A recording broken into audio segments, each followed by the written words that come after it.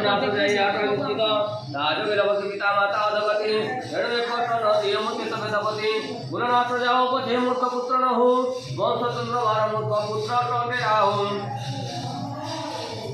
सदपति मूर्ख पुत्र नाही मुत लड़ा अनिमित्य बड़ा एवं चिंपा घर बुढ़ा धार्मिक विवेक शांत सुधीर हेमंत गोटे गोटे पुत्र दियो आदिमूल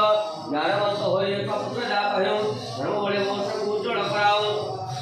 असाधु पुत्र पीड़ा के परिवर्त सही ध्यान कजे करूँ यह परे गति नाही यमन कुल दुष्ट पुत्र हो जात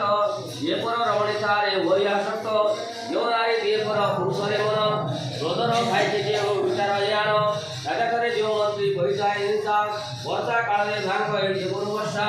अतय लोकी दास वाणिज्य हो कहे सर्वांग भेदगण बहिताय मित्र प्रचार जे हो आतर भेद विनाश से कर किच जीव जंतु पद शेष जाति होई जे कर जे सुरापान देव ब्रह्मांड पुनिंदु गाय जे उदर हिंसा होई जे पर अकाज को करे जे बल करे बंस जो जाय करे राजन जडवागी विकितु समुद्र कोटि सुपुत्र होते दिहर नेत्र ज्ञानवंत होई जे धर्मे देव मन काय तु धर्म देव पितृगण धारण पाए अपने पिता माता बेनी ततो से एक पुत्र दियो प्रभु मधुनी ऋषिक मकरो यासुनि वेदवर